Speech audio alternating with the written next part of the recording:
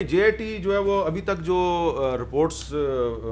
کی تفصیلات ہمارے پاس آئی ہیں تو اس میں یہ پتہ چل رہا ہے کہ جو خاص طور پہ جو عزیر بلوچ والی جو JIT رپورٹ تھی جو 2016 میں بنائی گئی تھی،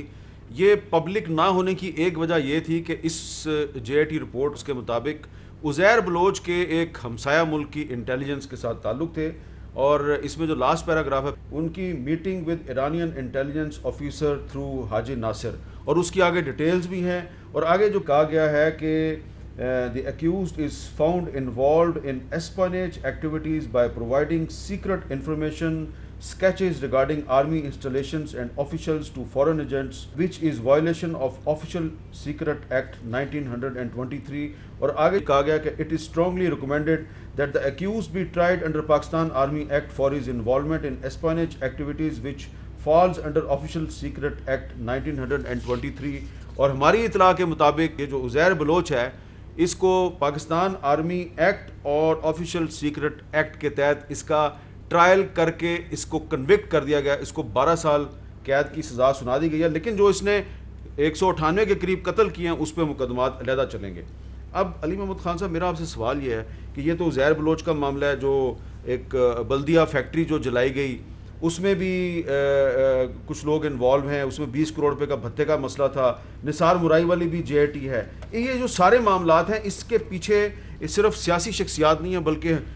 JIT کے مطابق اس میں تو پولیس آفیشلز بھی انوالو ہیں، وہ بھی عزیر بلوچ کو سپورٹ کرتے رہے ہیں۔ تو کیا اس معاملے میں بھی سندھ حکومت اور جو آپ کی وفاقی حکومت ہے اس کو مل کے نہیں آگے چلنا چاہیے؟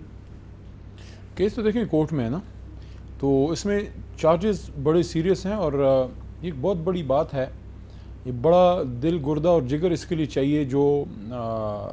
علی زیدی صاحب نے اس دن کیا ہے، کہ وہ یہ ان کی کوئی ذاتی لڑائی تو نہیں ہے،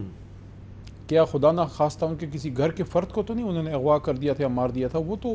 ایک فیڈرل منسٹر ہے اور وہ اس ایک غلط چیز کو سامنے لے کے آ رہے ہیں۔ نہیں، لیکن مرزا وہاب صاحب نے ان کو چیلنج کیا تھا کہ آپ اس میں آصف زرداری صاحب کا یا فریال تالپور کا نام نکال کے دکھائیں، تو اس میں اس JIT رپورٹ میں تو نہیں۔ دیکھیں انہوں نے تو واضح طور پہ علی زیدی صاحب نے بات کی ہے، میں اس کو ایک اور طریقے سے بھی لیتا ہوں اس چیز کو۔ دیکھیں میں ہو گیا یا علی زیدی صاحب میرے سے تھوڑے سے سینئر ہیں، یا میری بہن ہے ابھی ناز صاحبہ جو گفتگو فرما رہی تھیں، ہم پولیٹیشنز کی اس جنریشن سے ہیں، ہم پولیٹیکل ورکر ہیں، ہم اپنے ملک کے لیے سیاست میں آئے ہیں، ہم نے اپنی کسی بھی سینئر کی یا کسی لیڈرشپ لیول کے آدمی کی کسی اینٹی اسٹیٹ، اینٹی پاکستان یا کوئی اگینسٹ دا لا ایکٹیویٹیز کو ڈیفینڈ نہیں کرنا۔ ہم اس لیے سیاست میں نہیں ہیں، ہمیں نہیں چاہیے وہ عہدے جس میں آپ کو کوئی جرم جو ہے اس کی ڈیفنس کرنی پڑے، اور یہ تو اس زمانے کے جرائم ہیں، اس زمانے کی باتیں ہیں جب میری بہن اس جماعت میں تھی بھی نہیں۔ تو میں سمجھتا ہوں کہ ہم سب کو یہ بات کرنی چاہیے کہ اگر کسی نے بھی میری جماعت میں یا ان کی جماعت میں سے یا کسی بھی جماعت میں سے کسی نے غلط کام کیا ہے، چاہے آج وہ میری جماعت کا LI ہے یا آج وہ میرا پوزیشن میں ہے یا میری جماعت میں آ گیا ہے، میں کسی کی جماعت میں جرم ہے۔ جس نے جرم کیا ہے، جس ماں کے گھر کسی کی وجہ سے حامد میر صاحب لاش آ جاتی ہے اس کے بیٹے کی، اس ماں کو تو 7 جنم جو ہے مطلب آخرت تک اس کو وہ چیز نہیں بھولتی۔ تو یہ اسٹیٹ کی رسپانسبلٹی حامد میر صاحب، حکومتیں جائیں حکومتیں آئیں، ریاست تو اپنی جگہ پہ ہے نا۔ آج ہماری حکومت ہے، کل میاں صاحب کی تھی، پرسوں کا نہیں پتہ، جو اللہ نے لکھا ہے وہی ہوگا۔